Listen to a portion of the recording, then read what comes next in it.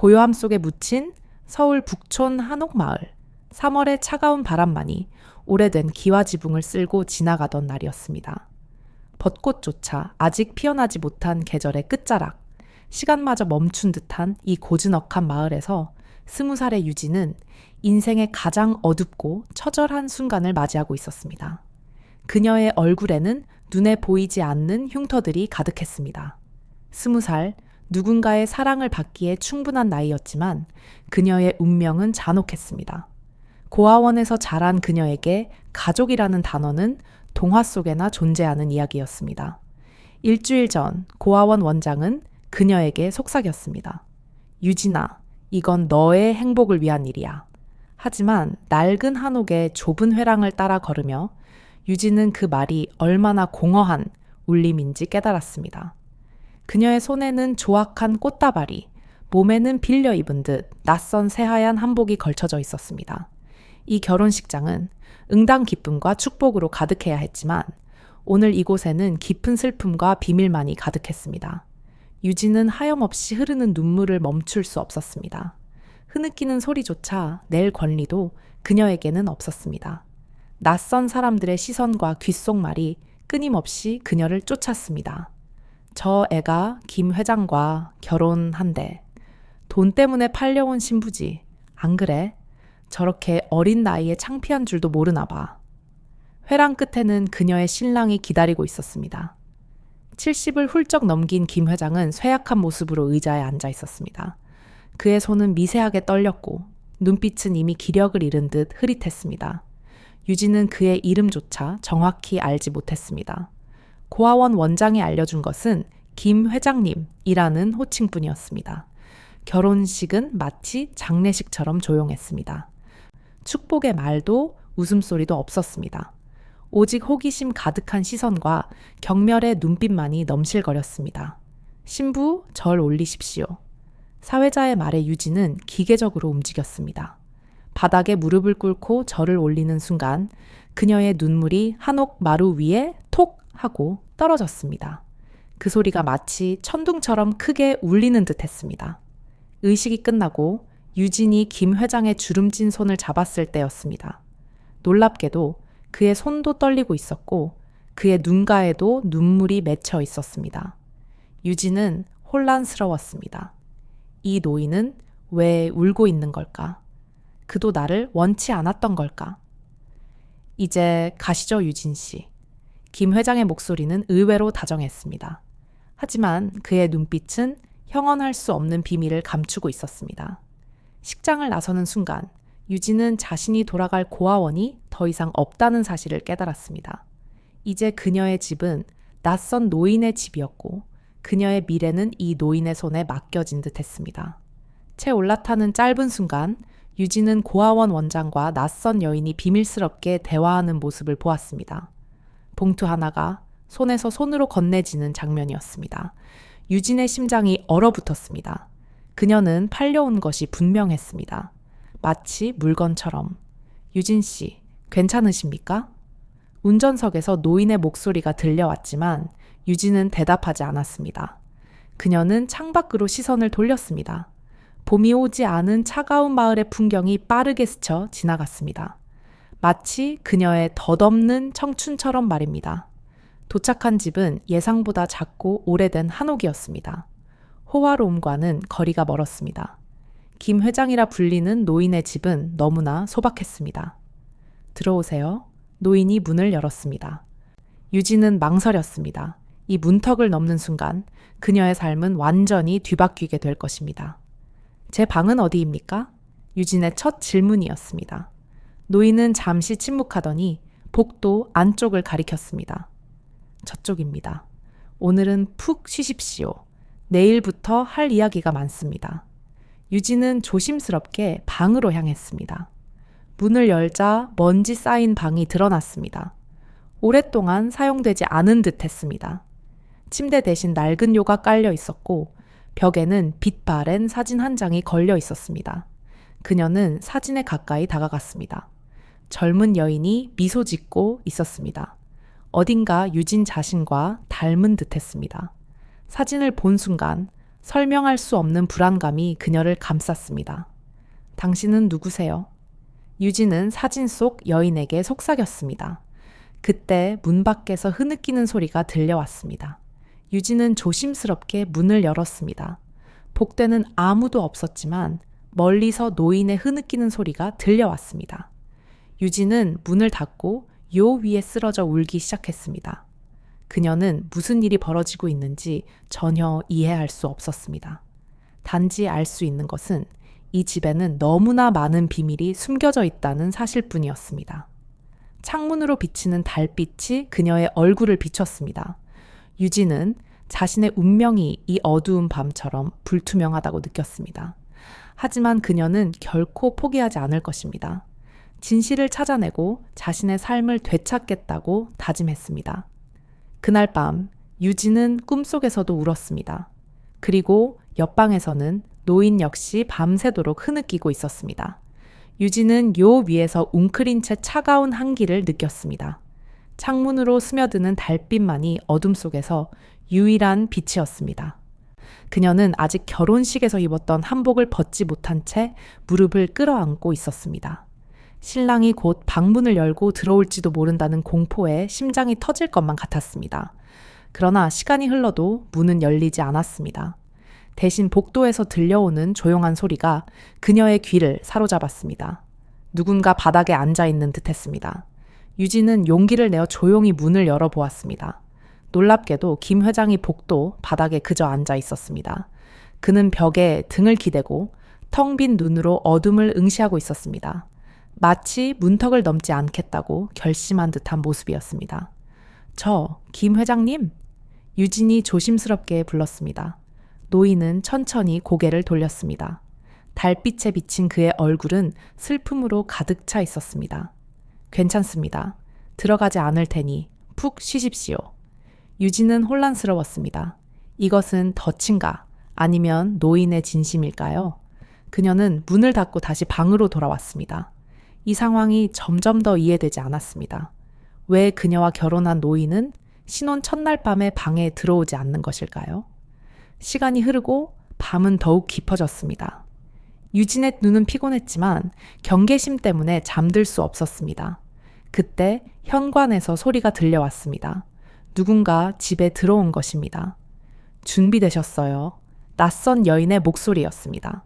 유진은 즉시 그 목소리를 알아챘습니다. 결혼식에서 고아원 원장과 이야기하던 그 여인이었습니다. 돈은 받았겠지? 이제 됐어. 김 회장의 목소리가 평소보다 차갑게 들렸습니다.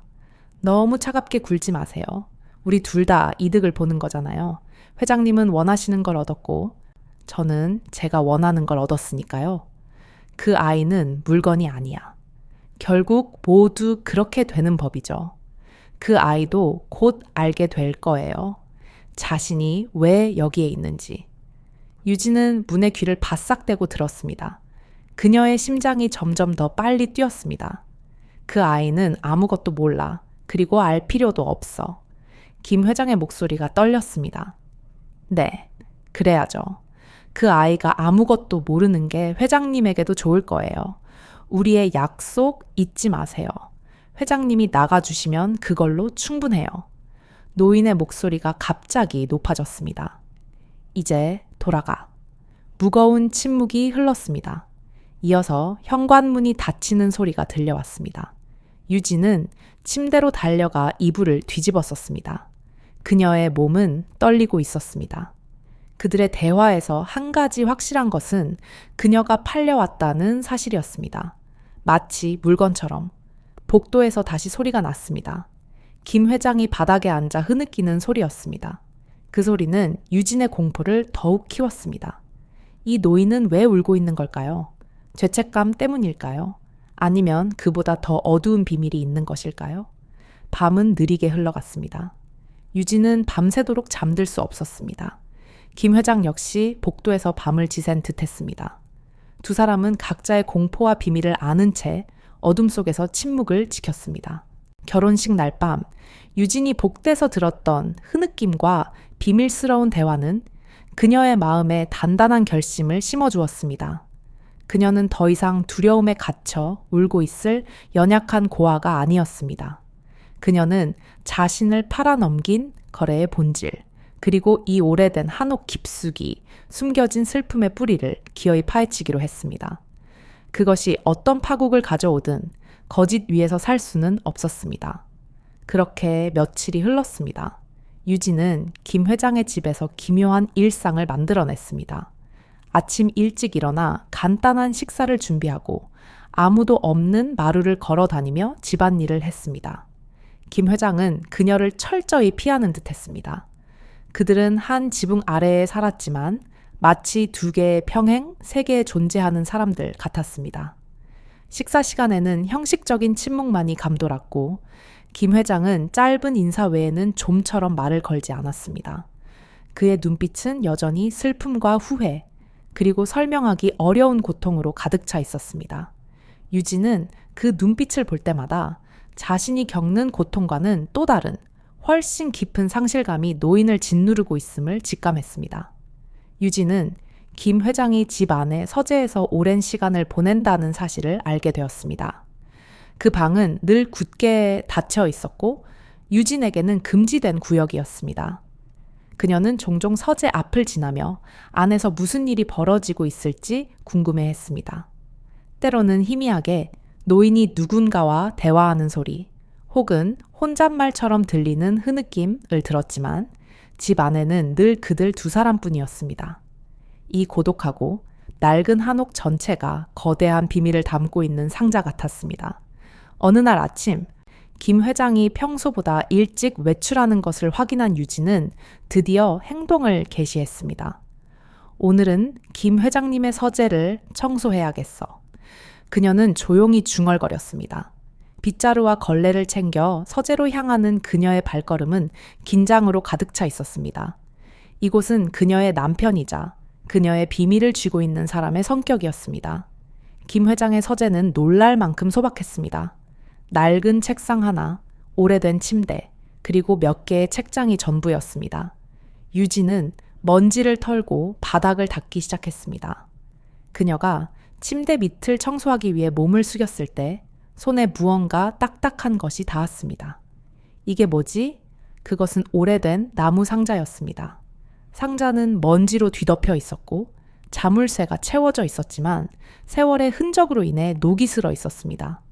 유진은 잠시 망설였습니다. 타인의 물건을 허락 없이 만지는 것은 잘못된 일이었습니다.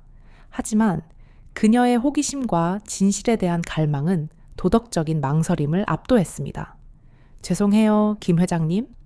그녀는 작은 머리핀을 꺼내 자물쇠를 따려고 시도했습니다.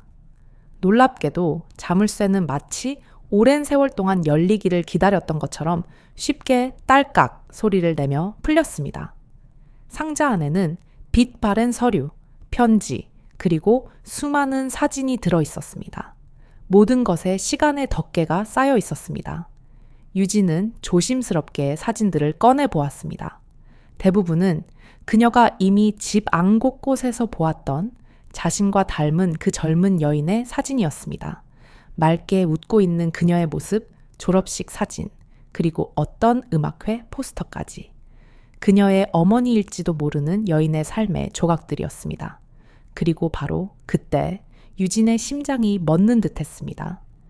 사진 한 장 속에서 그 여인은 갓 태어난 아기를 안고 있었습니다. 아기의 뺨에는 아주 작은 상처가 있었습니다. 정확히 유진 자신의 왼쪽 뺨 위에 있는 흉터와 같은 위치, 같은 모양이었습니다. 그녀의 손이 떨렸습니다. 거울 앞으로 달려가 유진은 자신의 뺨에 난 흉터를 만져보았습니다. 그녀가 태어날 때부터 가지고 있었고 고아원에서는 그저 우연한 흔적일 뿐이라고 설명했던 그 흉터였습니다. 이건 나야. 사진 뒷면에는 날짜와 함께 유진의 첫 생일이라고 적혀 있었습니다. 이 사진은 20년 전의 것이었습니다. 유진의 생일 사진이었습니다. 혼란과 충격 속에서 유진은 상자에서 더 많은 서류들을 끄집어냈습니다. 그녀는 찢어진 종이 조각을 발견했습니다. 그것은 출생증명서의 일부였습니다. 아버지 이름은 김대호라고 적혀 있었습니다. 김대호, 김 회장의 이름이었습니다. 유진은 혼란에 빠졌습니다. 이것이 의미하는 바는 너무나 충격적이었습니다. 김 회장은 그녀의 신랑이 아니라 그녀의 가족이라는 뜻이었습니다.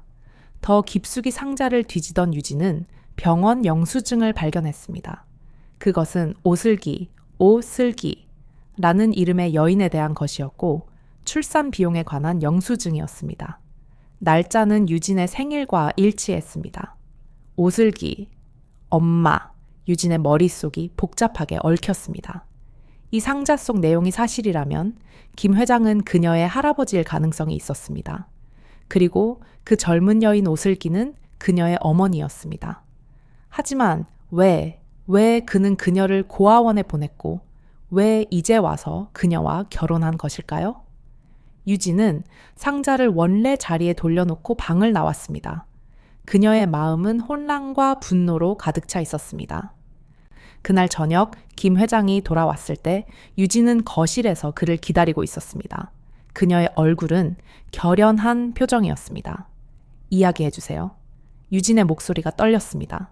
제가 누구인지 이야기해 주세요. 김 회장은 그녀를 바라보았습니다. 그의 눈에는 공포와 슬픔이 교차했습니다. 무슨 말씀을 하시는 겁니까? 당신은 제 아버지, 아니 제 할아버지이십니까? 유진이 곧장 물었습니다. 노인의 얼굴이 새하얗게 질렸습니다. 그는 의자에 앉으며 고개를 떨구었습니다. 어떻게 알았지? 제가 상자를 보았습니다. 사진과 서류들을요. 제 뺨의 흉터와 똑같은 상처를 가진 아기 사진을요. 김 회장은 긴 한숨을 내쉬었습니다. 앉으십시오, 유진 씨. 할 이야기가 많습니다. 유진은 조심스럽게 그의 맞은편에 앉았습니다. 그녀의 심장은 빠르게 고동치고 있었습니다. 예, 당신은 제 딸의 딸, 제 손녀가 맞습니다. 사진 속의 여인은 제 딸이자 당신의 어머니인 오슬기입니다. 그녀는 20년 전 당신을 낳은 직후 세상을 떠났습니다. 왜 저를 고아원에 보냈습니까? 유진의 목소리는 차갑고 날카로웠습니다. 김 회장의 눈에서 눈물이 흘러내렸습니다. 내가 한 일을 변명할 수 없습니다. 당신의 어머니는 미혼모였고 우리 집안의 명예가 나는 너무나 어리석었습니다. 그녀를 집에서 내쫓았고 그녀는 혼자 당신을 낳았습니다. 그리고 산후 합병증으로 유진은 깊게 숨을 들이마셨습니다. 그런데 왜 이제 와서 저를 찾았습니까? 그것도 이런 형태로? 나는 죽기 전에 나의 잘못을 바로잡고 싶었습니다. 당신에게 내가 가진 모든 것을 주고 싶었습니다. 하지만 우리 집안의 다른 사람들이 알게 되면 그들은 결코 당신을 인정하지 않을 것입니다. 그래서 이런 방법을 택했습니다. 결혼이라는 형식을 통해 당신을 나의 법적 상속인으로 만들기 위해서 유진은 자리에서 벌떡 일어났습니다. 그녀의 눈에서 눈물이 쏟아졌습니다. 그런 식으로 저를 팔아넘기듯이 저는 당신의 상속인이 되고 싶지 않아요. 저는 그저 가족이 필요했을 뿐입니다. 유진아, 김 회장이 그녀의 이름을 불렀습니다. 처음으로 존칭을 쓰지 않았습니다. 만지지 마세요. 유진이 소리쳤습니다. 당신은 제 아버지도 할아버지도 아닙니다. 당신은 그저 제 어머니를 죽음으로 몰아넣은 사람일 뿐입니다. 유진은 자신의 방으로 달려가 문을 닫고 잠근 후 침대에 쓰러져 흐느꼈습니다. 그녀의 삶 전체가 거짓이었습니다. 그녀는 버려진 것이 아니었습니다. 그녀는 배신당했던 것입니다. 밤은 더욱 깊어졌지만 유진은 눈물을 멈출 수 없었습니다. 그녀가 그토록 원했던 가족의 진실은 이렇게나 고통스러웠습니다. 복도에서 김 회장의 발소리가 들려왔습니다. 그는 유진의 문 앞에서 멈춰 섰습니다. 유진아. 그의 목소리는 문을 통해 희미하게 들려왔습니다. 미안하다. 네 엄마를 지키지 못해서, 너를 키우지 못해서. 모든 게 나의 잘못이다. 하지만 네가 여기에 있어. 주는 것만으로도 나는 감사해. 네가 원한다면 내일 모든 것을 이야기해 줄게. 내 엄마에 대한 모든 것을, 네가 태어났을 때의 모든 것을. 유진은 대답하지 않았습니다. 하지만 그녀의 마음 한구석에서는 알고 싶다는 욕망이 자라나고 있었습니다. 그녀의 어머니는 어떤 사람이었을까요? 그녀는 왜 죽어야 했을까요? 그리고 무엇보다 그녀는 유진을 사랑했을까요? 창문으로 달빛이 스며들었습니다. 유진은 창가로 다가가 밤 하늘을 올려다보았습니다. 어딘가에서 그녀의 어머니가 자신을 지켜보고 있을까요? 엄마. 유진은 속삭였습니다. 그것은 그녀가 처음으로 그 단어를 입 밖에 낸 순간이었습니다. 이제 그녀는 어머니가 남긴 흔적을 찾아 이 집을 더 깊이 파고들 준비가 되어 있었습니다. 할아버지의 충격적인 고백과 병에 대한 진실을 들은 후에도 유진의 가슴 속 분노와 혼란은 쉽게 가라앉지 않았습니다. 그녀는 며칠 동안 김 회장을 피했습니다. 방에 틀어박혀 있거나 그가 외출했을 때만 조용히 집 안을 돌아다니는 생활이 반복되었습니다. 하지만 이제 유진에게는 확실한 목적이 생겼습니다. 그녀는 이제 더 이상 외톨이가 아니었습니다. 그녀에게는 오슬기, 20년 전 자신을 낳고 세상을 떠난 어머니의 존재가 있었습니다. 유진은 그 어머니에 대해 더 깊이, 더 많이 알고 싶다는 강렬한 호기심에 사로잡혔습니다. 운명처럼 비가 내리던 어느 오후, 김 회장이 정기적으로 병원에 검진을 받으러 간 사이 유진은 집을 더 자세히 탐색하기로 결심했습니다. 그녀는 이미 대부분의 방을 둘러보았지만 딱 한 군데 늘 굳게 잠겨있던 방에는 들어가 보지 못했습니다. 그 방은 한옥의 가장 안쪽 깊숙한 곳에 위치해 있었고 마치 집의 가장 슬픈 심장부처럼 느껴졌습니다. 오늘은 기필코 열어봐야 해. 유진은 나지막이 중얼거렸습니다. 그녀는 지난번 나무 상자에 자물쇠를 열 때 사용했던 작은 머리핀을 다시 꺼내 들었습니다. 복도 가장 안쪽의 문 앞에 선 유진은 잠시 멈칫했습니다. 이 문 너머에는 무엇이 기다리고 있을까요? 자신이 알고 싶지 않은 혹은 감당할 수 없을 만큼 아픈 진실이 도사리고 있을지도 모른다는 두려움이 그녀를 감쌌습니다. 하지만 어머니에 대한 그리움과 알고자 하는 열망이 공포심보다 훨씬 강했습니다. 그녀는 머리핀으로 자물쇠를 조작하기 시작했습니다. 어렵네. 유진은 입술을 깨물며 집중했습니다. 이 자물쇠는 나무 상자의 것보다 훨씬 새 것이었고 여는데 시간이 걸렸습니다. 마침내 딸깍 하는 소리와 함께 자물쇠가 풀렸습니다. 유진은 깊게 숨을 들이마시고 문을 밀었습니다. 문이 천천히 열리자 퀴퀴한 먼지가 훅 하고 피어올랐습니다. 유진의 눈이 크게 뜨였습니다. 그녀의 눈앞에 펼쳐진 것은 작은 남아이 방이었습니다. 핑크색 벽지, 아담한 나무 침대, 봉제 인형들과 오래된 장난감들, 마치 시간이 20년 전 그대로 멈춰버린 듯한 공간이었습니다. 방 한 구석에는 작은 책상이 놓여 있었고 그 위에는 먼지가 수북이 쌓인 사진 한 장이 있었습니다. 유진은 조심스럽게 다가가 먼지를 닦아냈습니다. 사진 속에는 그녀가 이미 보았던 젊은 여인, 어머니 오슬기가 있었습니다. 하지만 이번에는 그녀가 만삭의 몸다으로 환한 미소를 짓고 있는 모습이었습니다. 그 미소는 세상의 모든 행복을 담고 있는 듯 했습니다. 침대 위에는 하늘색 아기 다묘가 곱게 펼쳐져 있었고 모서리에는 유진이라는 이름이 정성스럽게 수놓아져 있었습니다. 유진은 다묘를 조심스레 들어 올려 얼굴에 갖다 댔습니다. 20년이 흘렀지만 그녀는 희미한 향기를 맡을 수 있을 것만 같았습니다. 어머니의 냄새였습니다. 그녀는 가슴이 미어지는 듯한 감정을 느끼며 침대 옆 작은 서랍장을 열었습니다. 그 안에는 나비 모양의 머리핀, 아주 작은 아기 양말, 그리고 아기 옷들이 가지런히 정리되어 있었습니다. 모두 유진, 그녀를 위해 준비되었던 물건들이었습니다. 문득 유진의 눈에 책상 서랍이 들어왔습니다. 그녀는 조심스럽게 서랍을 열었습니다. 그 안에는 낡은 일기장 한 권이 있었습니다. 표지에는 다 슬기의 일기라고 적혀 있었습니다. 유진의 손이 떨렸습니다. 이것은 그녀의 어머니가 남긴 목소리였습니다. 그녀는 천천히 일기장을 펼쳤습니다. 첫 페이지에는 나의 악에게 라는 제목의 편지가 있었습니다. 사랑하는 나의 아가야. 네가 이 편지를 읽게 될 날이 올지 엄마는 알 수 없단다. 하지만 너와 나누고 싶은 이야기가 너무 많아서 이렇게 글로 남겨놓아. 엄마는 아직 너를 만나보지 못했지만 벌써부터 너무나 사랑한단다. 유진의 눈에서 굵은 눈물이 쏟아져 내렸습니다. 그녀는 바닥에 주저앉아 일기장 페이지를 넘겼습니다. 그것은 그녀의 어머니가 임신 기간 동안 썼던 일기였습니다. 기쁨, 두려움, 희망, 그리고 사랑으로 가득 찬 페이지들이었습니다.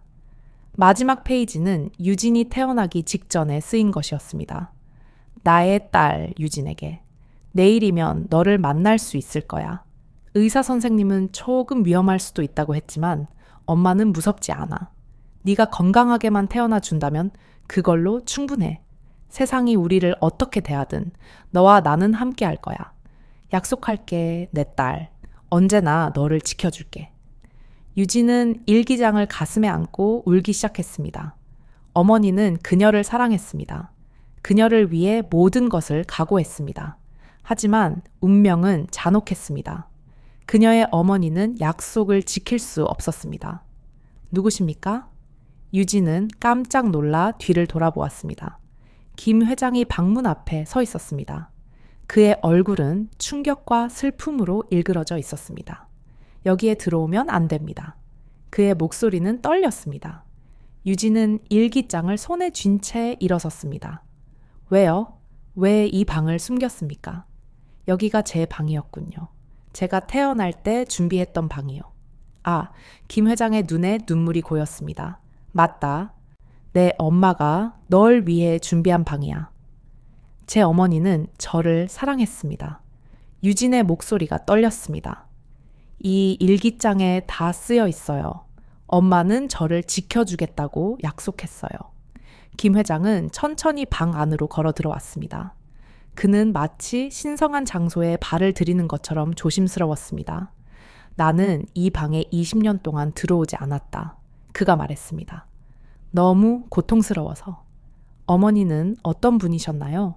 유진이 물었습니다. 김 회장은 천천히 침대 모서리에 앉았습니다. 슬기는 빛 같은 아이였단다. 늘 웃고 늘 노래하고 너무나 순수했지. 그녀가 임신했다고 했을 때 나는 화가 났어. 우리 집안의 명예, 그런 하찮은 것 때문에. 제 아버지는 누구입니까? 유진이 물었습니다. 김 회장의 얼굴이 어두워졌습니다. 음악 선생님이었다. 가난한 음악가. 우리 집안에서는 결코 용납될 수 없는 관계였지. 그는 슬기가 임신한 걸 알고 도망쳤군요. 유진은 다시 일기장을 내려다 보았습니다. 엄마는 그를 원망하지 않았어요. 여기에 쓰여 있어요. 그는 떠났지만 원망하지 않아. 우리의 사랑에서 태어날 아이는 축복이니까. 김 회장의 눈에서 눈물이 흘러내렸습니다. 몰랐다. 슬기가 그렇게 생각했다는 것도, 그녀가 그토록 강인했다는 것도. 내가 그녀를 내쫓았을 때 그녀는 단 한 번도 애원하지 않았지. 그리고 어머니는 저를 낳고 돌아가셨군요. 유진의 목소리가 작아졌습니다. 김 회장은 고개를 끄덕였습니다. 산후 출혈이었다. 의사들은 그녀를 살리려 했지만 그녀의 마지막 말은 제 아이를 부탁해요였단다. 유진은 더 이상 참을 수 없었습니다. 그녀는 소리를 내어 울기 시작했습니다. 그러면서 저를 고아원에 보냈어요. 어머니의 마지막 부탁을 저버린 거잖아요.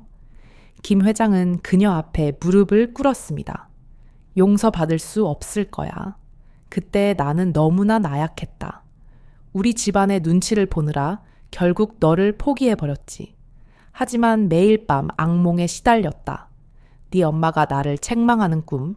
그래서 결국 너를 찾아 나선 거란다. 찾았으면 왜 이런 형태로요? 유진이 물었습니다. 우리 집안은 아직 너를 인정하지 않아. 그들은 너에게 단 한 푼도 넘겨주지 않으려 할 것이다. 하지만 네가 나의 아내라면 법적으로 너는 모든 것을 상속받을 수 있어. 그것이 내가 생각해낸 유일한 방법이었다. 유진은 자리에서 일어나 창가로 걸어갔습니다. 빗줄기가 창문을 때리고 있었습니다. 저는 당신의 재산이 필요하지 않습니다. 저는 그저 가족이 필요했을 뿐입니다. 김 회장은 천천히 일어섰습니다. 알고 있다. 하지만 이미 너무 늦었어. 나는 곧 떠나야 한다. 의사가 그랬어. 암이 상당히 진행되었다고. 유진은 충격을 받았습니다. 암이요? 말기다. 몇 달밖에 남지 않았어. 김 회장의 눈에는 이제 체념의 빛이 보였습니다. 내게 남은 시간 동안 내 엄마에 대한 모든 것을, 네가 태어난 날에 대한 모든 것을 이야기해주고 싶다. 그리고 네가 용서하지 못하더라도 이해해 주기를 바란다.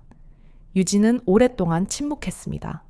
그녀의 마음은 복잡했습니다. 분노, 슬픔, 그리고 연민이 뒤섞여 있었습니다. 선택지가 없었군요. 유진이 마침내 말했습니다. 제가 용서하든 말든 우리는 이제 서로에게 전부니까요. 김 회장의 눈에서 눈물이 흘러내렸습니다. 그는 말없이 고개를 끄덕였습니다. 빗소리만이 방 안에 울려 퍼졌습니다. 유진은 어머니의 일기장을 가슴에 안은 채 자신이 태어날 예정이었던 방에서 조용히 서 있었습니다. 어머니 오슬기에 봉인된 방에서 발견한 일기장과 아기 용품들은 유진에게 단순한 과거의 조각 이상이었습니다. 그것은 20년 동안 굶주렸던 영혼이 비로소 마주한 사랑과 소망의 증거였으며 김 회장과의 관계를 완전히 새로운 차원으로 끌어올리는 연결고리였습니다. 유진은 더 이상 도망칠 수 없었고 김 회장 역시 더 이상 침묵할 수 없었습니다. 두 사람 사이에는 고통스러운 진실이라는 이름의 거대한 강이 흐르고 있었지만 이제 그들은 그 강을 함께 건너야 할 운명이었습니다. 며칠이 더 흘렀습니다. 유진은 어머니의 방에서 시간을 보내기 시작했습니다.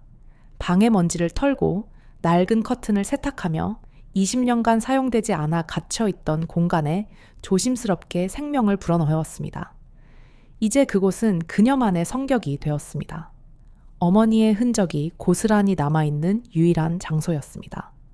유진은 침대에 깔린 아기 담요에 유진이라는 자수를 만지작거리며 어머니가 자신을 낳기 전 느꼈을 기쁨과 두려움, 그리고 간절한 사랑을 마음속 깊이 헤아렸습니다.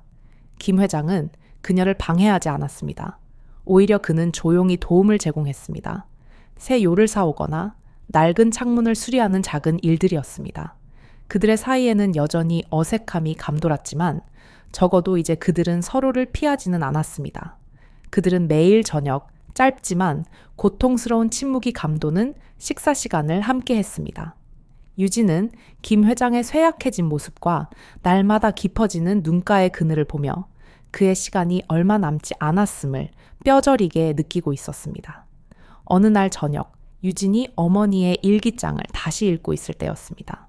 모든 페이지를 수십 번 읽었지만 그녀는 여전히 새로운 세부 사항을 발견하곤 했습니다.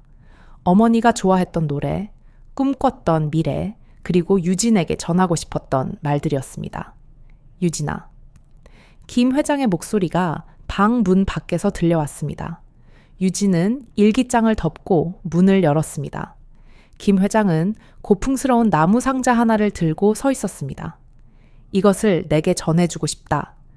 그는 상자를 내밀었습니다. 유진은 조심스럽게 상자를 받아 침대 위에 내려놓고 뚜껑을 열었습니다.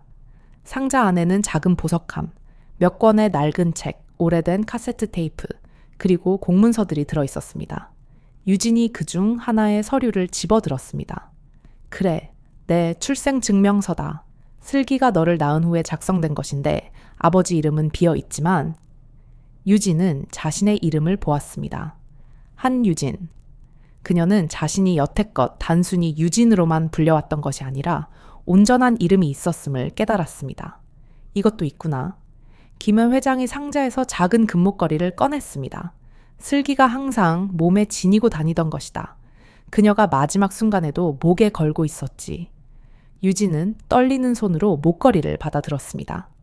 작은 하트 모양의 펜던트였습니다. 그녀는 조심스럽게 펜던트를 열었습니다. 안에는 아주 작은 사진이 들어있었습니다. 오슬기의 사진이었습니다. 슬기는 너를 진심으로 사랑했단다. 김하 회장이 침대 모서리에 앉으며 말했습니다. 나는 그걸 너무 늦게 깨달았지. 유진은 목걸이를 목에 걸었습니다. 어머니의 심장이 자신의 심장 위에 놓여있는 듯한 느낌이었습니다. 이제 모든 것을 이야기해 주마. 김 회장의 표정이 비장해졌습니다. 처음부터 끝까지. 유진은 침대 머리에 기대어 앉았습니다. 그녀는 오랫동안 기다려왔던 이야기를 들을 준비가 되어 있었습니다. 슬기는 예술 고등학교를 다녔지. 김 회장이 이야기를 시작했습니다. 노래하는 것을 정말 좋아했어. 성악가가 되는 것이 꿈이었지만 나는 반대했다. 우리 집안에서는 예술가를 인정하지 않았으니까. 유진은 말없이 들었습니다. 그녀는 어머니가 노래하는 모습을 상상하려 애썼습니다. 그녀에게 음악 선생님이 있었다. 유진 엘리 우진 이라는 젊은 남자였지. 우리 집안의 기준으로는 턱없이 부족한 인물이었다. 하지만 슬기는 그를 사랑했고 그들은 비밀 연애를 시작했어. 그가 제 아버지군요. 유진이 조용히 말했습니다. 김 회장은 고개를 끄덕였습니다. 그렇다. 슬기가 임신 사실을 알았을 때 그녀는 20살이었다. 대학 1학년. 그녀는 너무 두려워서 몇 달 동안 비밀로 했지. 하지만 배가 불러오면서 어머니는 용기를 내어 이야기했군요. 유진이 이었습니다. 그랬다. 김 회장의 눈에 눈물이 고였습니다. 나는 화를 냈다. 아니, 격분했지. 우리 집안의 명예가 땅에 떨어졌다고 생각했어. 슬기에게 아이를 지우라고 강요했지만 그녀는 단호하게 거부했지. 유진은 자신의 배를 내려다보았습니다. 어머니가 자신을 지키기 위해 얼마나 강인했는지 상상했습니다. 그 남자, 이유진은 어땠습니까? 유진이 물었습니다. 김 회장의 표정이 어두워졌습니다. 그는 책임을 지지 않았다. 슬기가 임신 사실을 알렸을 때 처음에는 함께 하겠다고 약속했었다더구나. 하지만 내가 그를 찾아가 협박했지. 우리 집안의 힘으로 그의 미래를 완전히 망가뜨릴 수 있다고. 그래서 그는 도망쳤군요. 유진이 쓰라리게 말했습니다. 그렇다. 하지만 슬기는 그럼에도 너를 지키려 했다. 나는 그녀를 집에서 쫓아냈고 그녀는 작은 원룸에서 혼자 살았지. 나중에야 알았지만 그녀는 편의점 아르바이트를 하며 생계를 유지했더구나. 유진의 눈에서 눈물이 흘러내렸습니다. 어머니의 고통을 생각하니 가슴이 찢어지는 듯 했습니다. 출산이 임박했을 때 슬기는 내게 연락했다. 마지막 부탁이라면서. 내가 달려갔을 때 그녀는 이미 진통이 시작된 상태였지. 곧바로 병원으로 데려갔지만 김 회장의 목소리가 떨렸습니다. 어머니는 어떻게 돌아가셨습니까? 유진이 용기를 내어 물었습니다. 김 회장은 깊게 숨을 들이마셨습니다. 출산 과정에서 과다 출혈이 있었다. 의사들은 최선을 다했지만 슬기의 상태는 악화일로를 걸었지. 너는 건강하게 태어났지만 슬기는 너를 단 한 번 안아본 후에 그의 목소리가 끊어졌습니다. 유진은 자신도 모르게 일어나 김 회장 옆에 앉았습니다. 그녀는 그의 손을 잡지는 않았지만 가까이에 있어 주었습니다. 슬기의 마지막 말은 아버지, 제 아이를 부탁해요. 유진이라고 이름 지었어요. 였습니다. 유진의 눈에서 눈물이 왈칵 쏟아졌습니다. 그런데 왜 저를 고아원에 보냈습니까? 어머니의 마지막 부탁을 저버린 거잖아요. 김 회장은 그녀 앞에 무릎을 꿇었습니다. 용서받을 수 없을 것이다. 당시에 나는 너무나 나약했다. 우리 집안 사람들, 특히 내 동생이 그들은 네가 우리 집안의 일원이 되는 것을 강력히 반대했다. 그들은 슬기의 실수가 영원히 잊혀져야 한다고 주장했지. 그래서 저를 버린 거군요. 유진의 목소리가 차가워졌습니다. 그렇다. 그리고 그것은 내 인생에서 가장 큰 후회다. 하지만 너를 완전히 잊을 수는 없었다. 나는 매년 네 생일에 고아원에 익명의 기부금을 보냈고 간접적으로 내 소식을 들었지. 유진은 잠시 침묵했습니다. 그녀의 마음은 복잡했습니다. 분노와 연민이 동시에 느껴졌습니다. 그럼 어떻게 저를 찾았습니까? 유진이 마침내 물었습니다. 김 회장은 씁쓸하게 웃었습니다. 내가 암 진단을 받았을 때다. 의사는 내게 1년도 채 남지 않았다고 했지. 그때서야 비로소 나는 나의 잘못을 바로잡아야 한다고 생각했어. 하지만 너무 늦었지. 내 동생과 다른 가족들은 여전히 네 존재를 부정하고 있었고 그들은 내 재산이 모두 집안으로 돌아가야 한다고 주장했지. 그래서 이런 방법을 택하셨군요. 유진이 말을 이었습니다. 결혼이라는 형식을 통해서 김 회장은 고개를 끄덕였습니다. 그것이 내가 생각해낸 유일한 방법이었다. 네가 나의 아내라면 법적으로 모든 것을 상속받을 수 있다. 그리고 아무도 이 일을 문제 삼을 수 없지.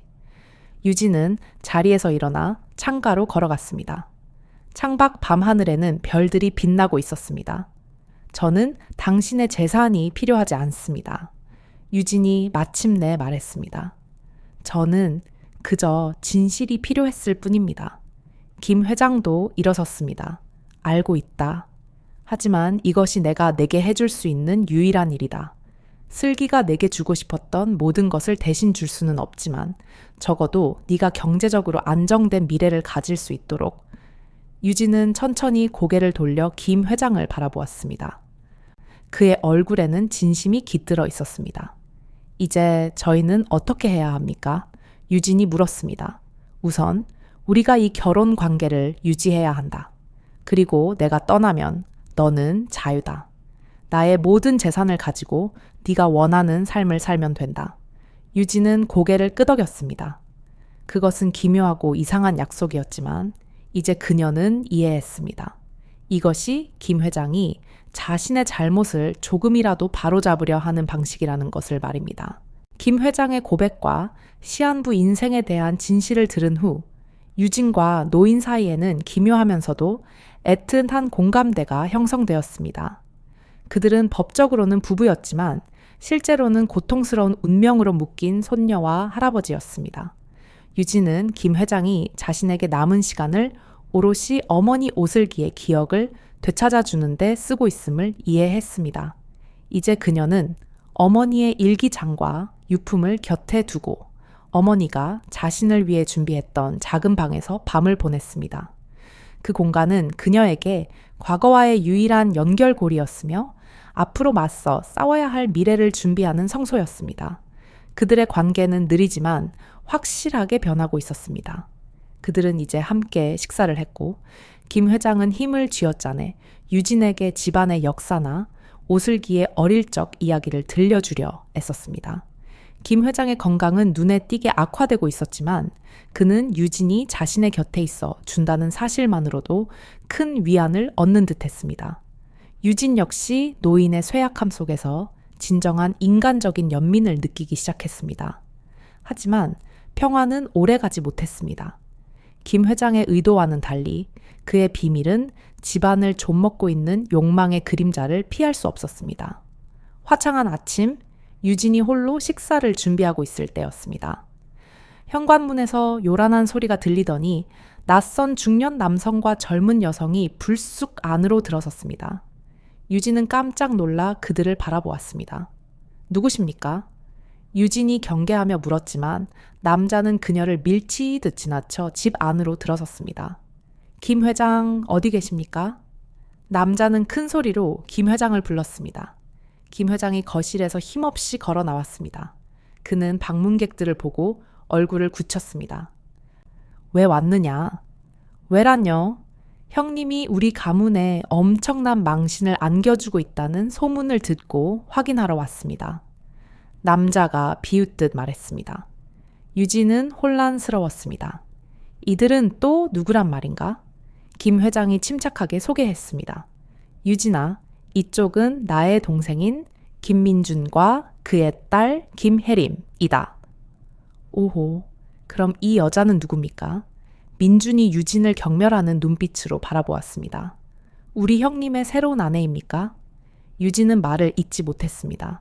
그녀는 아직 이런 상황에 대처할 준비가 되어 있지 않았습니다. 민준아, 유진이는 나의 아내다. 법적으로 말이야. 김 회장의 목소리는 단호했지만 힘은 느껴지지 않았습니다. 법적으로라니, 그럼 실제로 그렇지 않다는 뜻이군요. 민준이 코웃음을 쳤습니다. 형님, 대체 무슨 생각을 하시는 겁니까? 70이 넘은 나이에 20살 처녀와 결혼이라니 온 동네에 웃음거리가 되고 있습니다. 그건 네가 상관할 바 아니다. 김 회장의 목소리가 차갑게 식었습니다. 상관 있습니다. 민준이 한 걸음 다가섰습니다. 형님의 재산은 우리 집안의 것입니다. 그것이 갑자기 나타난 이 여자에게 전부 돌아간다고 말입니까? 유진은 뒷걸음질 쳤습니다. 그녀는 자신이 이곳에 있어서는 안 될 존재처럼 느껴졌습니다. 유진아, 방에 들어가 있거라. 김 회장이 다정하게 말했습니다. 네. 유진은 고개를 숙이고 자신의 방으로 향했습니다. 하지만 그녀는 문 앞에서 멈춰서서 귀를 기울였습니다. 형님, 솔직히 말합시다. 민준의 목소리가 들려왔습니다. 이 결혼은 무효입니다. 형님의 정신 상태가 정상이 아님을 입증할 의사의 진단서도 준비해 두었습니다. 법원에 제출하면 네가 지금 뭐라고 했느냐? 김 회장의 목소리가 커지는가 싶더니 갑자기 기침으로 변했습니다. 아버지, 아저씨, 괜찮으세요? 혜림의 목소리가 들렸습니다. 유진은 뛰쳐나가고 싶은 충동을 참았습니다. 김 회장의 기침이 잦아드는 소리가 들렸습니다. 너희들이 무슨 짓을 하든 상관없다. 김 회장의 목소리는 약해졌지만 단호했습니다. 나의 재산은 이미 유진이에게 상속되도록 모든 법적 절차를 마쳤다. 너희들은 뒤집을 수 없다. 우리가 못할 것 같습니까?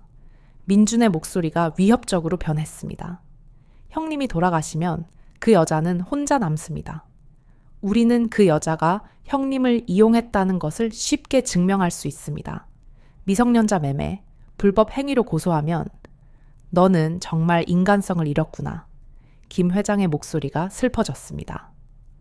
그 애는 내 손녀다, 민준아. 그 애는 오슬기의 딸이란 말이다. 갑작스러운 침묵이 흘렀습니다. 유진의 심장이 빠르게 고동쳤습니다. 뭐라고요? 민준의 목소리가 충격으로 가득 찼습니다. 무슨 말씀을 하시는 겁니까? 예, 유진이는 슬기의 딸이다. 나의 손녀야. 미치셨군요, 형님. 민준이 웃기 시작했습니다. 슬기, 그 불행한 애, 그 애는 20년 전에 죽지 않았습니까? 그렇다. 그리고 그녀는 딸을 남겨놓았다. 내가 고아원에 보냈던 아이다. 말도 안 돼요. 혜림의 목소리가 들렸습니다. 아저씨, 저 여자가 당신을 속이고 있는 거예요. 자신이 조카라고 거짓말을 하는 겁니다. 아니다. 김 회장의 목소리는 확고했습니다.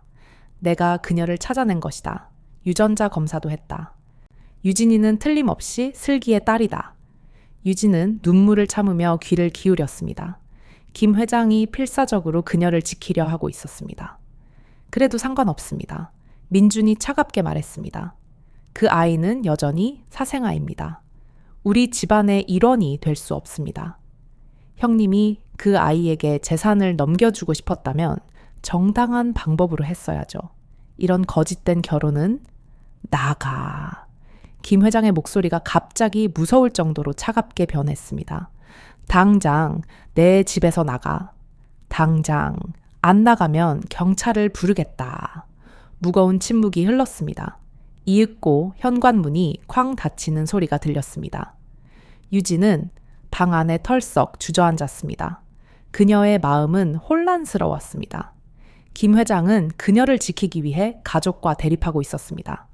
하지만 이것이 얼마나 오래 지속될 수 있을까요? 그날 저녁 김 회장은 평소보다 훨씬 지친 모습이었습니다. 그들은 조용히 저녁 식사를 했습니다. 죄송합니다. 유진이 마침내 입을 열었습니다. 제가 회장님의 가족 관계를 망가뜨렸군요. 김 회장은 고개를 저었습니다. 괜찮다. 원래 우리 사이는 좋지 않았다. 내 어머니 일 때문에. 그들이 또 올까요? 유진이 걱정스러운 듯 물었습니다. 오겠지. 김 회장은 한숨을 쉬었습니다.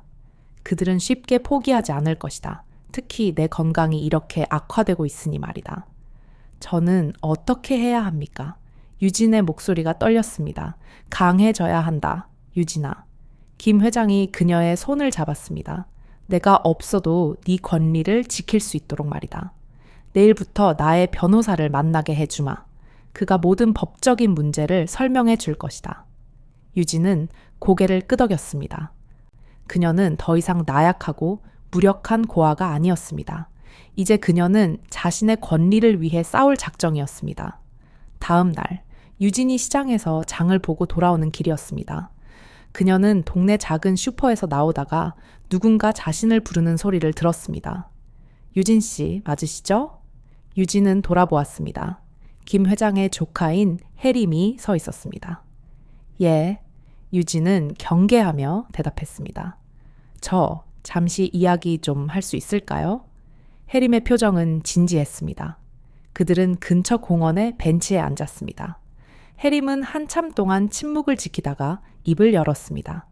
아저씨가 정말 당신의 할아버지이신가요? 유진은 고개를 끄덕였습니다. 예, 최근에 알았습니다. 그렇군요. 혜림은 한숨을 쉬었습니다. 이 상황이 너무 갑작스러워서 저도 혼란스럽습니다. 유진은 솔직하게 대답했습니다. 제 아버지는 아주 욕심이 많은 사람입니다. 혜림이 조심스럽게 말했습니다. 그는 아저씨의 재산을 모두 손에 넣고 싶어 합니다. 그래서 당신을 협박할 거예요. 유진은 놀랐습니다. 혜림이 이런 이야기를 하리라고는 예상하지 못했습니다. 왜 저에게 이런 말을 해주는 겁니까? 유진이 물었습니다. 저는 오슬기 이모에 대한 이야기를 들은 적이 있습니다. 어릴 때요. 혜림의 눈에 슬픔이 어렸습니다. 이모가 얼마나 상냥하고 친절했는지, 그리고 우리 가족이 이모에게 얼마나 끔찍한 짓을 했는지. 유진은 가슴이 아팠습니다. 그녀의 어머니는 가족 내에서도 사랑받는 사람이었던 것 같았습니다. 조심하세요, 유진 씨. 혜림이 자리에서 일어섰습니다.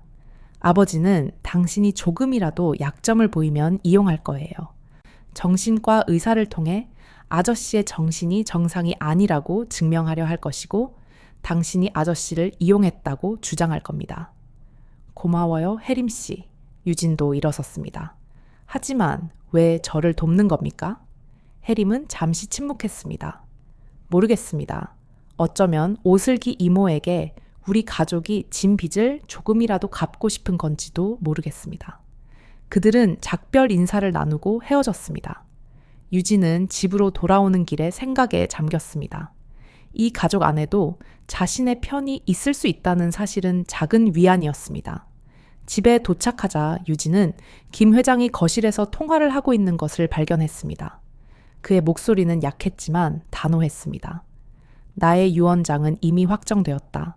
모든 것은 유진이에게 간다. 네가 무슨 짓을 해도 바꿀 수 없다. 유진은 조용히 부엌으로 들어갔습니다. 그녀는 김 회장이 자신을 위해 분투하고 있음을 알았습니다. 하지만 그녀는 그가 얼마나 더 버틸 수 있을지 걱정되었습니다. 그의 건강은 나날이 악화되고 있었습니다. 유진아, 돌아왔느냐? 김 회장이 전화를 끊고 부엌으로 들어왔습니다. 아, 예? 장 보고 왔습니다. 유진은 미소 지었습니다. 오늘은 된장찌개를 끓여 볼게요. 김 회장의 얼굴에 희미한 미소가 번졌습니다. 그래, 슬기도 된장찌개를 참 잘 끓였는데. 유진은 김 회장의 창백한 얼굴을 보았습니다. 그의 시간이 얼마 남지 않았다는 것을 그녀도 알고 있었습니다. 그리고 그가 떠나면 그녀는 이 모든 것과 홀로 싸워야 할 것이었습니다. 걱정하지 마세요. 유진이 불쑥 말했습니다. 저는 잘 해낼 수 있어요. 회장님이 저를 위해 준비해 주신 모든 것을 제가 지켜낼게요. 김 회장의 눈에 눈물이 고였습니다. 그는 말없이 고개를 끄덕였습니다. 그들 사이에는 더 이상 말이 필요 없었습니다.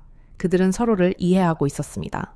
유진이 김 회장의 손을 잡고 그의 마지막 부탁을 지키겠다고 다짐한 이후 한옥에는 일종의 잠정적인 평화가 찾아왔습니다. 그들은 서로의 존재를 통해 위로를 얻었습니다.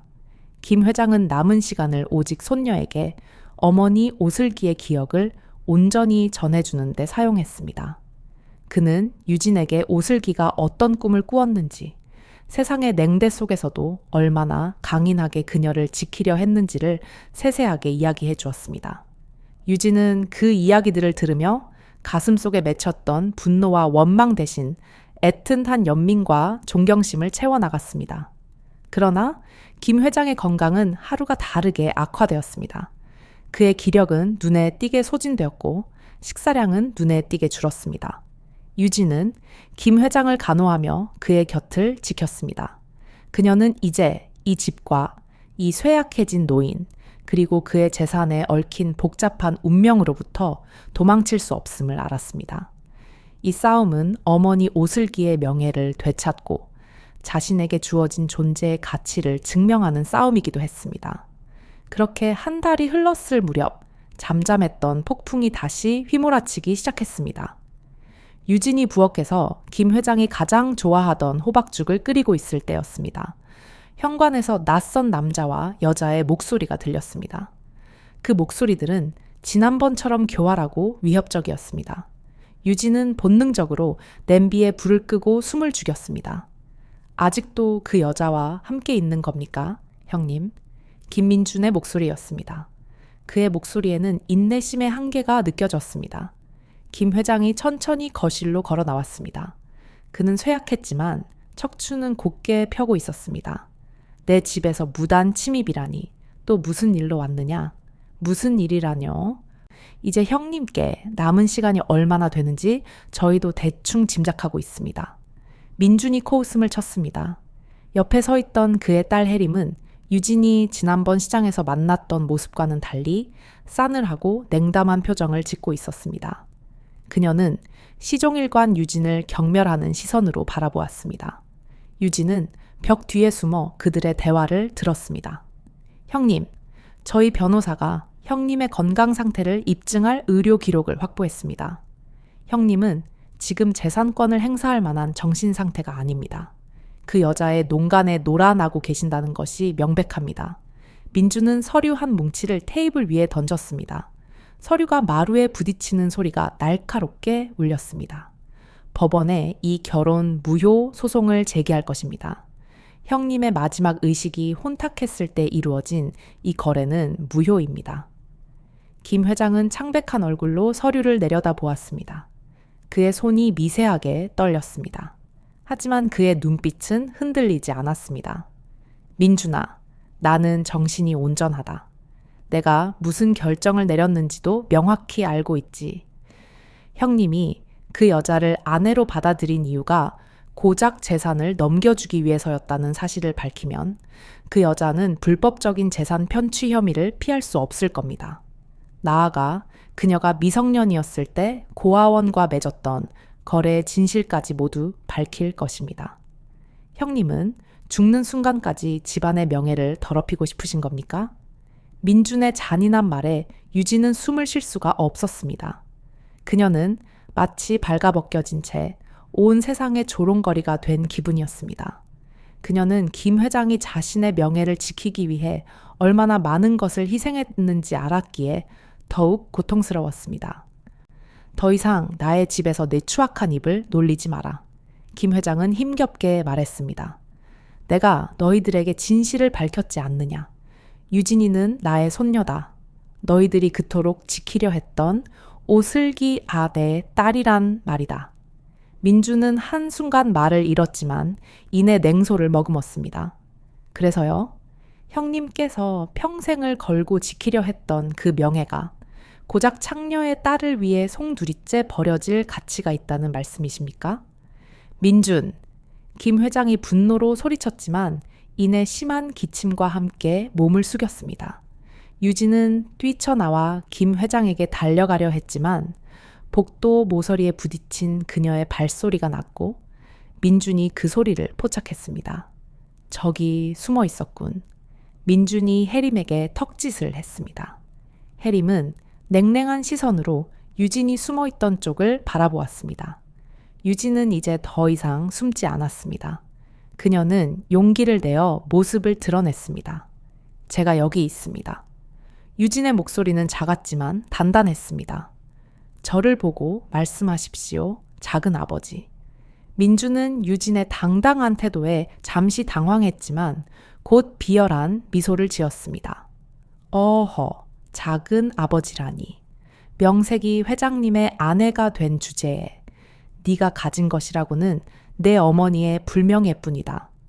네가 여기에 있는 목적이 순수하다고 누가 믿겠느냐. 가엾은 형님을 속여 재산을 가로채려는 천한 속셈이지. 저는 재산에 관심 없습니다. 유진이 단호하게 말했습니다. 저는 그저 제 어머니의 명예와 제가 누구인지 알 권리를 찾았을 뿐입니다. 그리고 김 회장님은 저를 버린 것을 평생 후회하며 사셨습니다. 당신들이 그토록 중요시하는 명예 때문에 저를 버리신 것입니다. 말하는 싸가지가 없으니 없건. 역시 고아원에서 자란 천출이로군. 민준이 유진에게 다가오려 했습니다.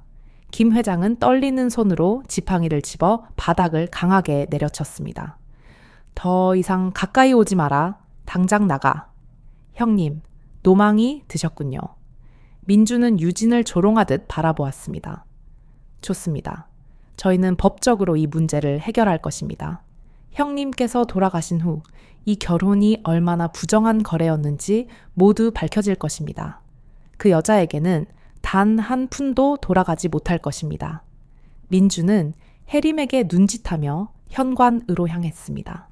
기억해라, 민준아.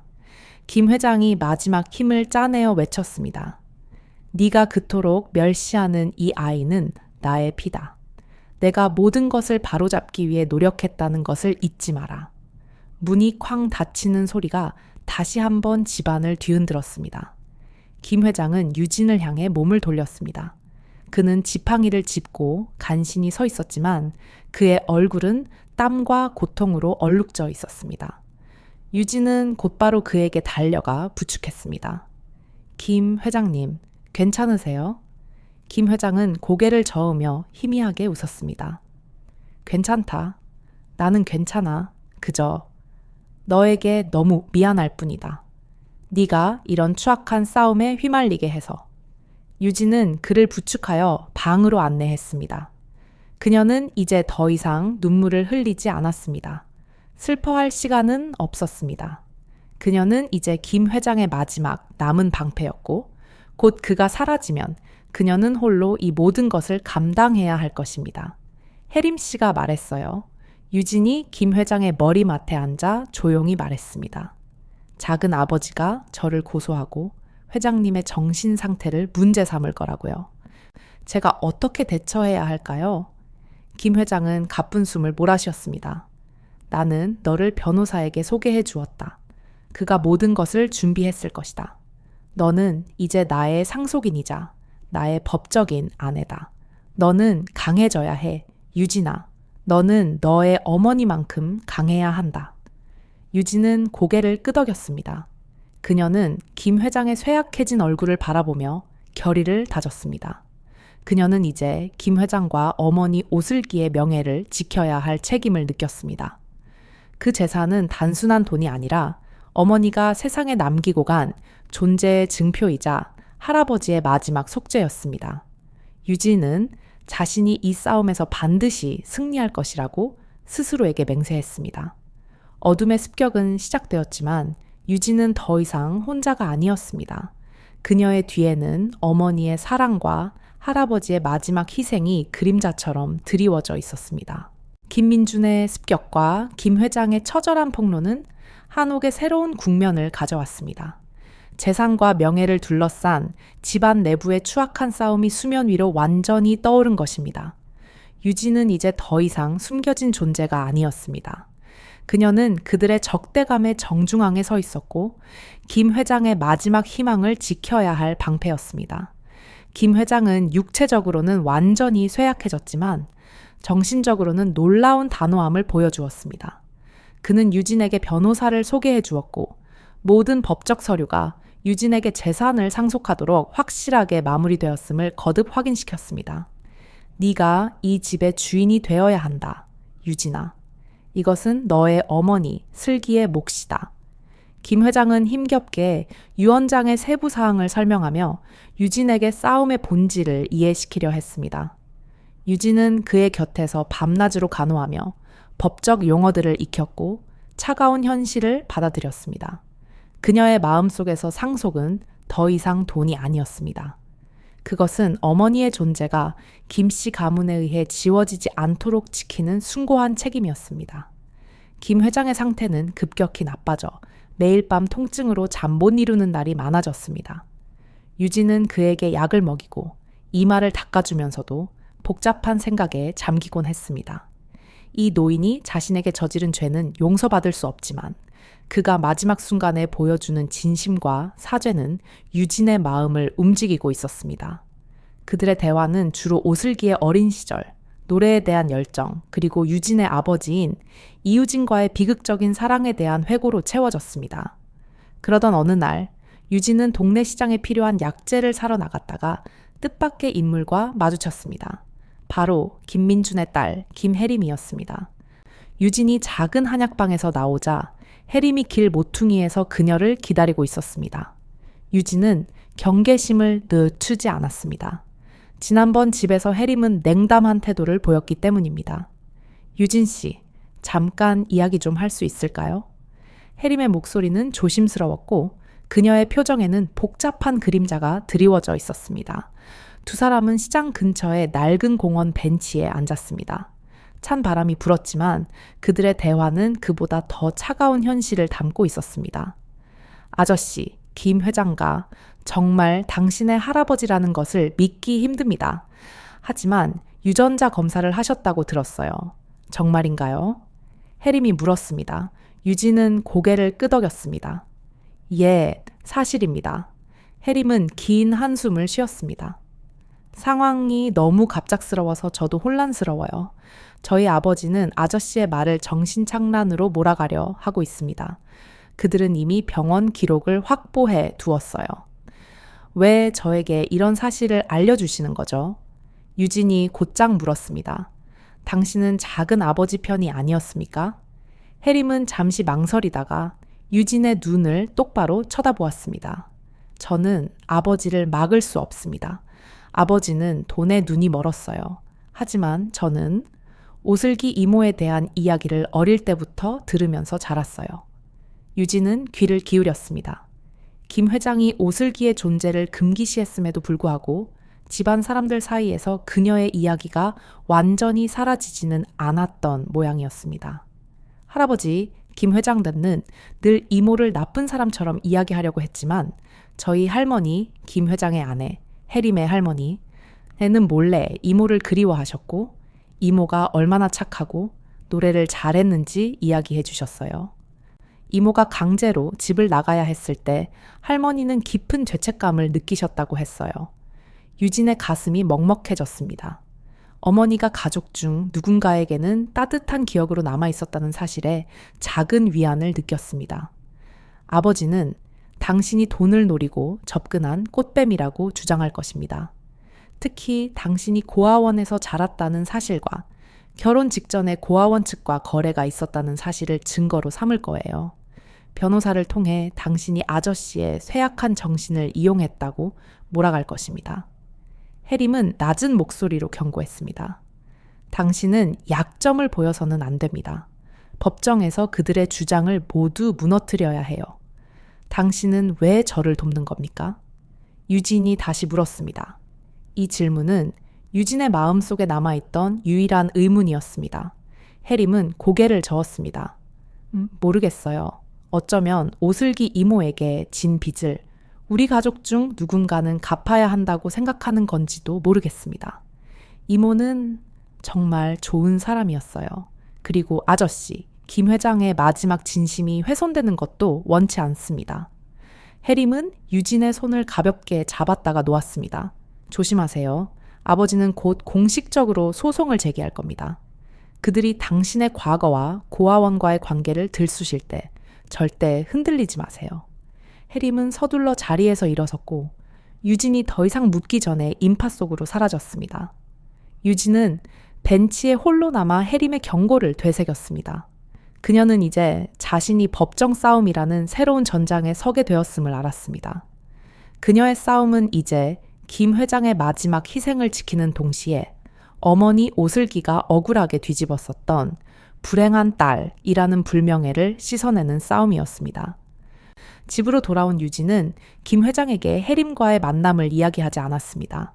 대신 그녀는 굳게 다짐한 얼굴로 김 회장의 병실로 들어섰습니다. 김 회장은 힘없이 누워 있었지만 유진을 보자 희미하게 미소 지었습니다. 유진아, 변호사가 곧 올 것이다. 그는 우리 편이다. 유진은 김 회장의 곁에 앉아 그의 야윈 손을 잡았습니다. 걱정하지 마세요, 김 회장님. 저는 어머니의 딸입니다. 어머니가 강인했던 것처럼 저도 강해질 것입니다.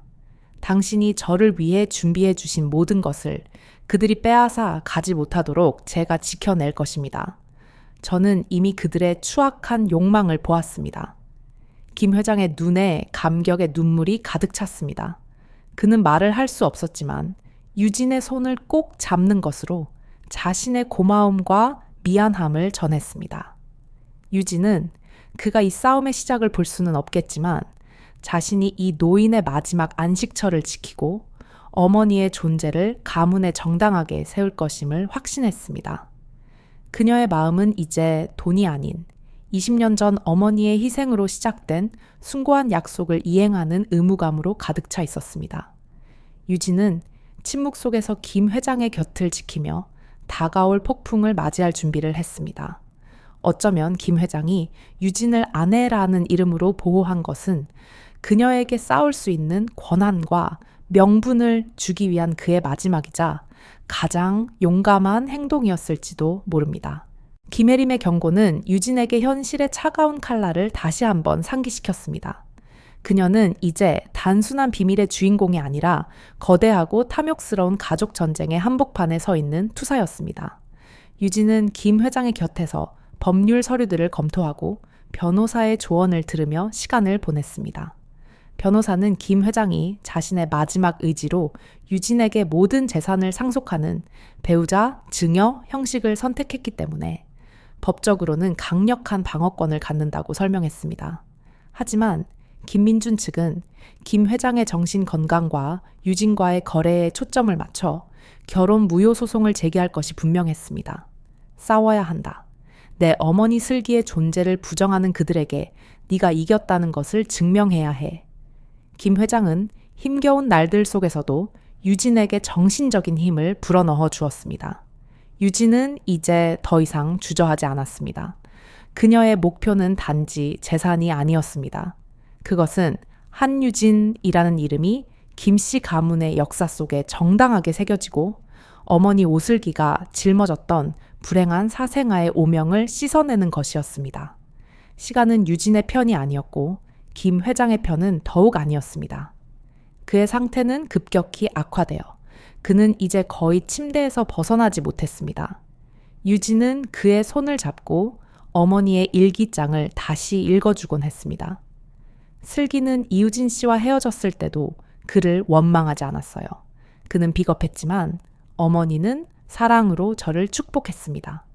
회장님, 어머니는 단지 사랑 때문에 집을 나갔던 것뿐입니다. 그 죄책감을 이제 놓으세요. 유진은 그의 죄책감의 짐을 덜어주려 애썼습니다. 어느 비 오는 저녁, 김 회장은 유진에게 아주 오래된 사진 앨범을 가져오라고 부탁했습니다. 앨범 속에는 오슬기가 어린 시절 한복을 입고 천진난만하게 웃는 사진, 학교 운동회에서 달리기 하는 사진 등 평범하고 행복했던 순간들이 담겨 있었습니다. 김홍 회장은 사진 한 장 한 장을 짚어가며 유진에게 오슬기가 어떤 아이였는지 이야기해 주었습니다. 슬기는 18살 때 피아노를 치는 것을 좋아했다. 이유진을 만난 것도 음악 때문이었지. 김 회장은 앨범 속 오슬기와 이유진이 함께 찍은 사진을 손가락으로 짚었습니다. 사진 속 젊은 음악가는 수줍게 웃고 있었지만 그 눈빛에는 오슬기에 대한 진심이 담겨 있었습니다. 나는 그때 저 아이의 진심을 보지 못했다. 오직 가문의 명예, 나의 체면만을 보았지. 내가 너의 어머니를 망가뜨렸다. 유진은 고개를 숙였습니다. 그녀는 자신의 아버지인 이유진에 대해 더 알고 싶었지만 김 회장은 그에 대한 이야기를 꺼내는 것을 가장 힘들어했습니다. 그는 결국 도망쳤다. 나의 협박 때문이기도 했지만 그는 사랑보다 자신의 안위를 택했지. 그는 지금 서울 강남에서 작은 음악 학원을 운영하고 있다더구나. 가정을 이루고 평범하게 살고 있겠지. 만나고 싶지 않으세요? 유진이 조용히 물었습니다. 아니다. 김 회장은 단호하게 고개를 저었습니다. 내 어머니에게 등을 돌린 비겁한 사람이다. 너도 그를 찾아가지 마라. 너에게는 이미 내 어머니의 사랑과 나의 마지막 사죄가 남아있다. 그것이 전부다. 그날 밤 김 회장의 상태가 급격히 위독해졌습니다. 유진은 급히 변호사를 불렀고 의사를 불렀지만 시간은 이미 늦은 듯 했습니다. 김 회장은 희미한 의식 속에서도 유진의 손을 꼭 잡고 놓지 않았습니다. 그의 눈은 유진을 바라보고 있었지만 초점은 과거 어딘가를 헤매는 듯 했습니다. 슬기야, 김 회장이 떨리는 목소리로 나지막이 딸의 이름을 불렀습니다. 내가 잘못했다. 용서해다오. 유진이는 강한 아이다. 잘 지켜줄 것이다. 유진은 눈물을 흘리며 그의 손을 잡았습니다. 예, 회장님, 제가 지킬게요. 어머니도, 회장님도, 그리고 이 집도 제가 지켜낼게요. 그녀는 마지막 순간에 노인에게 진정한 평안을 주고 싶었습니다. 회장님은 저의 할아버지이십니다. 저는 회장님의 손녀입니다. 이제 편안히 가세요. 제가 당신의 잘못을 이해합니다. 그녀의 말이 끝나자 김 회장의 얼굴에 20년 전 오슬기의 사진에서 보았던 것과 같은 고통과 후회를 초월한 희미한 미소가 떠올랐습니다. 그리고 그의 손의 떨림이 멈추었습니다. 김대호 회장은 그렇게 마지막 숨결을 토해내며 손녀의 곁에서 영원히 잠들었습니다. 유진의 품에는 어머니의 유품과 함께 할아버지의 마지막 속죄가 고스란히 남겨졌습니다. 장례는 소박하게 치러졌지만 김민준 일가는 당연히 장례식에 참석하여 유진의 존재를 무시하고 노골적인 적대감을 드러냈습니다. 그들은 유진을 불순한 침입자로 취급했으며 김 회장이 남긴 유산에 대한 권리를 주장하며 변호사를 통해 즉각적으로 결혼 무효 및 상속 재산 반환 소송을 제기했습니다. 유진은 장례식 기간 내내 고요하고 단호했습니다. 그녀는 이제 상복을 입은 김 회장의 법적인 아내였으며 그의 유언을 집행할 유일한 사람이었습니다.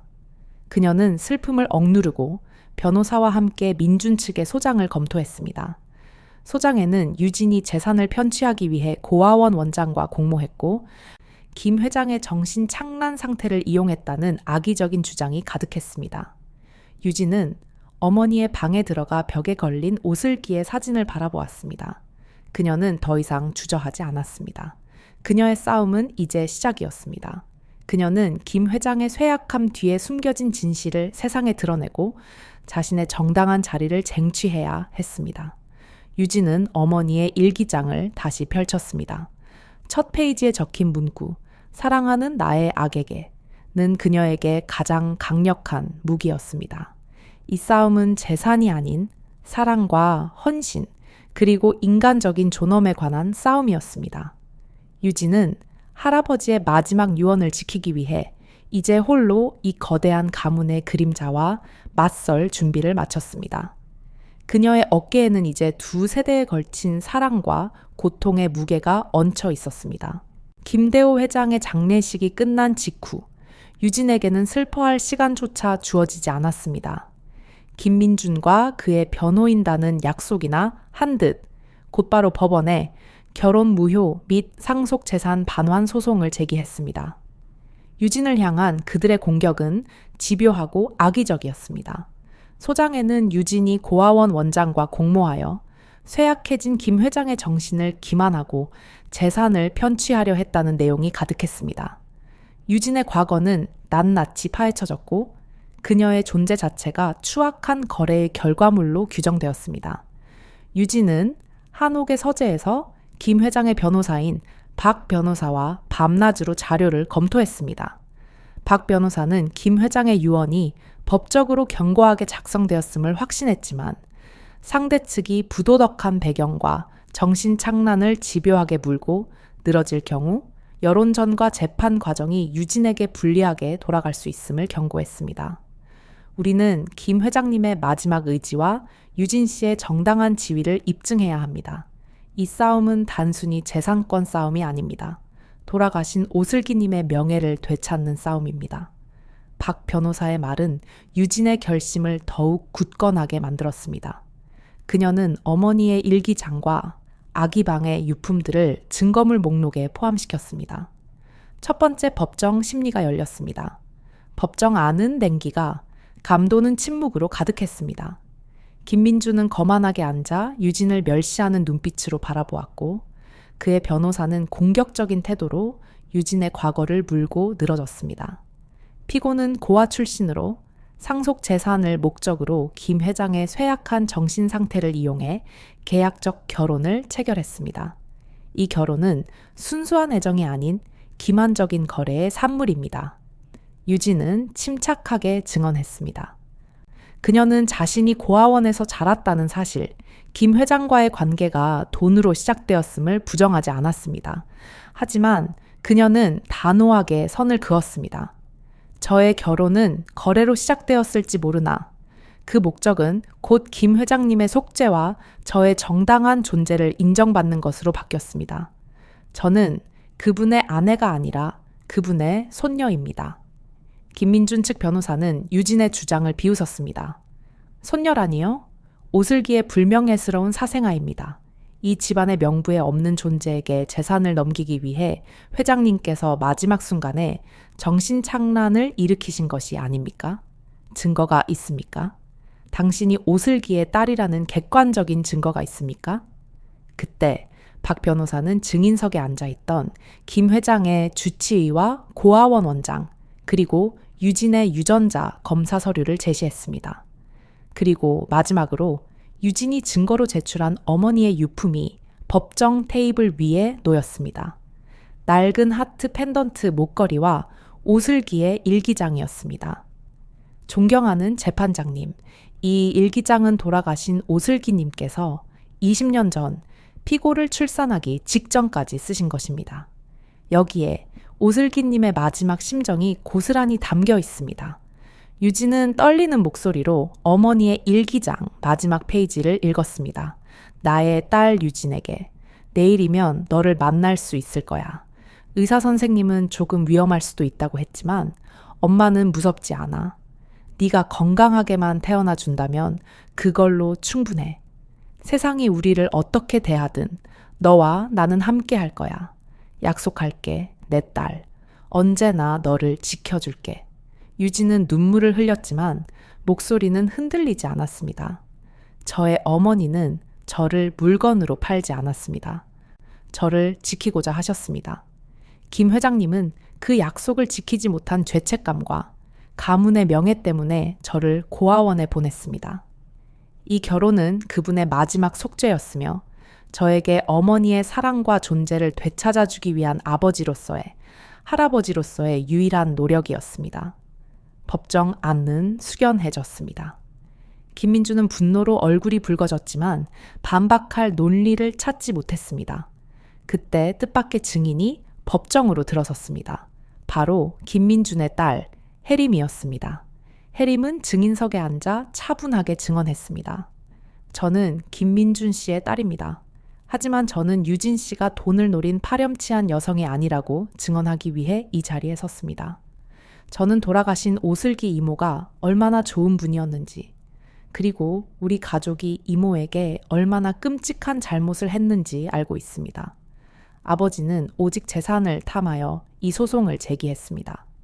할아버지께서 유진 씨에게 재산을 넘기려 한 것은 돌아가신 이모에 대한 마지막 속죄였으며 이는 명백한 할아버지의 진심이었습니다. 혜림의 증언은 법정에 결정적인 영향을 미쳤습니다. 가족 내부의 일원조차 유진의 편에 섰다는 사실은 민준 측의 정신착란 주장을 무력화시켰습니다. 게다가 유진의 뺨에 난 흉터와 어머니의 일기장, 유전자 검사 결과는 그녀의 정당성을 완벽하게 뒷받침했습니다. 결국 재판부는 김민준 측의 소송을 기각했습니다. 판결문은 김대호 회장의 유언이 정당한 의지에 의한 것이었으며 유진은 김 회장의 법적인 배우자로서 상속인 지위를 유지한다고 선언했습니다. 김민주는 분노와 좌절감에 휩싸여 법정을 떠났습니다. 유진은 법정 밖으로 나왔을 때 처음으로 안도의 눈물을 흘렸습니다. 재산이 아닌 그녀의 존재와 어머니의 명예가 승리한 순간이었습니다. 며칠 후 유진은 김 회장의 변호사로부터 모든 재산과 관련된 서류를 넘겨받았습니다. 그녀는 이제 거대한 부를 상속받은 젊은 여성, 그리고 한 가문의 복잡한 역사를 짊어진 손녀였습니다. 하지만 그녀의 첫 번째 행동은 재산을 관리하는 것이 아니었습니다. 유진은 김 회장의 서재에 앉아 어머니의 일기장을 다시 펼쳤습니다. 그리고 김 회장이 평생을 괴로워했던 어머니의 친부 이유진에게 편지를 썼습니다. 편지에는 원망이나 비난 대신 오슬기의 사랑과 희생에 대한 이야기, 그리고 유진이 이제 행복하게 잘 지내고 있다는 사실만을 담았습니다. 그녀는 과거의 상처를 매듭짓고 새로운 미래를 시작할 준비를 하고 있었습니다. 유진은 이 한옥에 남기로 결정했습니다.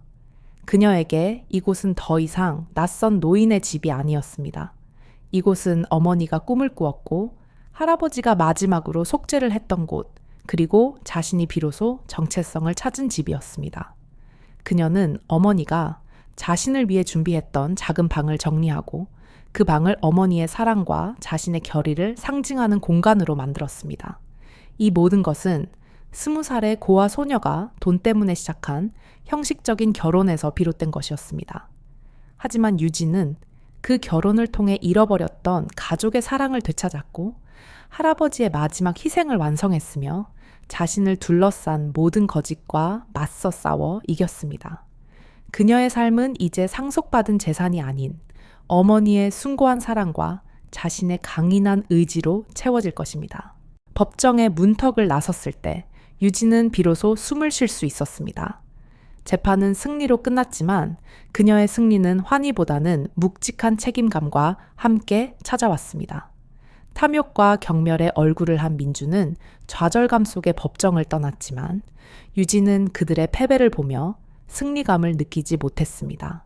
이 싸움은 누군가를 이기기 위한 것이 아니라 20년 동안 부정당했던 어머니의 사랑과 할아버지의 마지막 속죄를 완성하기 위한 유진 자신의 존재 이유를 증명하는 투쟁이었기 때문입니다.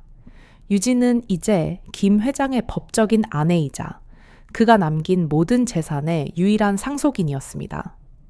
그러나 그녀의 삶은 거대한 부를 물려받은 젊은 여성의 그것과는 거리가 멀었습니다. 유진은 변호사와 함께 복잡한 재산 관련 서류들을 처리하면서도 김 회장과 어머니 오슬기의 기억이 서려 있는 이 오래된 한옥을 떠나지 않았습니다. 그녀에게 이 집은 더 이상 거래의 장소가 아니었습니다. 이곳은 그녀의 뿌리, 그녀의 역사가 시작된 곳이었습니다. 유진은 김 회장이 마지막 숨을 거둔 방에서 그리고 어머니의 유품이 고스란히 남아있던 작은 방에서 많은 시간을 보냈습니다. 그녀는 낡은 가구들을 그대로 두었고 어머니가 아기 시절 자신을 위해 준비했던 푸른 담요를 조용히 덮었습니다. 유진은 어머니의 일기장을 매일 같이 펼쳤습니다. 일기장 속에서 오슬기는 영원히 20살의 순수하고 강인한 여성으로 살아있었고 그 목소리는 유진에게 끊임없이 용기와 위안을 주었습니다. 그녀의 삶에서 가장 큰 미결의 고리는 여전히 아버지였습니다. 어머니를 홀로 남겨두고 도망쳤던 음악가 이유진. 김 회장은 유언처럼 그를 찾아가지 말 것을 당부했지만 유진은 이 모든 것을 마무리 짓기 위해서는 그 마지막 매듭을 지어야 함을 알고 있었습니다. 김 회장의 서재, 햇살이 잘 드는 창가에 앉아 유진은 오슬기의 일기장 위에 새로운 편지를 쓰기 시작했습니다. 이 편지는 과거의 청산이자 미래를 향한 유진 자신의 선언이었습니다. 편지에는 원망이나 비난 대신 오슬기가 아기를 얼마나 사랑했는지에 대한 이야기, 그리고 그녀가 세상을 떠나는 마지막 순간까지도 이유진을 원망하지 않았다는 내용이 담겨 있었습니다. 유진은 담담하게 자신이 김 회장의 마지막 속죄를 받아들여 그의 유산을 물려받았으며 이제 평화롭게 살고 있다는 사실을 전했습니다.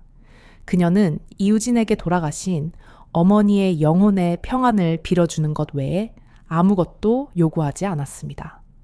그것이 비겁했던 한 남자를 향한 오슬기 딸의 마지막 배려이자 가장 큰 용서였습니다. 편지를 붙이고 난 후 유진은 비로소 마음속 깊은 곳에서 평온을 느꼈습니다. 그녀는 아버지에게 복수하는 대신 어머니의 순수한 사랑을 선택함으로써 두 세대에 걸친 고통의 연쇄를 스스로 끊어낸 것입니다. 유진은 물려받은 막대한 재산을 어떻게 할지 신중하게 고민했습니다. 그녀는 김 회장의 사업을 직접 운영할 능력도 의지도 없었습니다. 그녀는 재산의 대부분을 김 회장의 마지막 유언에 따라 사회복지재단에 기부하기로 결정했습니다. 특히 자신이 성장했던 고아원과 미혼모 가정을 지원하는 재단에 중점을 두었습니다. 그녀에게 이 돈은 단순한 재산이 아니었습니다.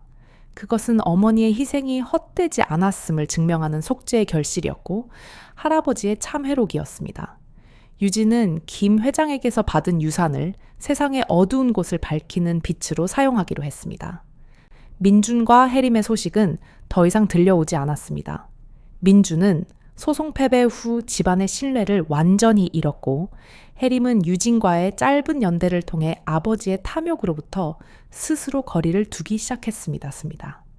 혜림은 가끔 유진에게 안부를 묻는 짧은 메시지를 보냈고 유진은 그 메시지 속에서 이 추악한 가문 속에서도 피어난 작은 인간적 유대감을 느꼈습니다. 유진은 한옥을 떠나지 않고 자신의 삶을 조용히 살아갔습니다.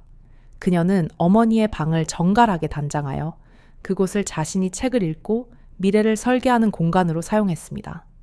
그녀는 가끔 김 회장이 즐겨 끓이던 된장찌개를 만들어 먹었고 그때마다 김 회장의 희미한 미소와 어머니의 사랑을 동시에 기억했습니다.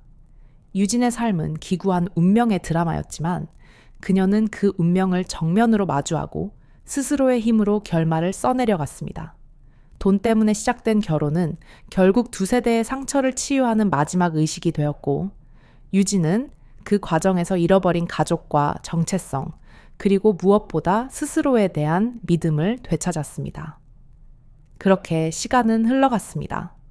고독하고 비밀스러웠던 북촌의 한옥은 이제 유진의 곁에서 평화롭게 숨쉬고 있었습니다. 이곳은 그녀의 어머니 오슬기가 꿈꾸었고 김대호 회장이 속죄했으며 한유진이라는 한 소녀가 비로소 진정한 가족의 의미를 깨달은 장소가 되었습니다. 유진은 더 이상 과거의 상처를 지고 살지 않았습니다. 그녀의 목에 걸린 하트 펜던트 목걸이는 잔혹했던 운명 속에서도 결코 사라지지 않았던 숭고한 사랑의 증표처럼 영원히 빛나고 있었습니다.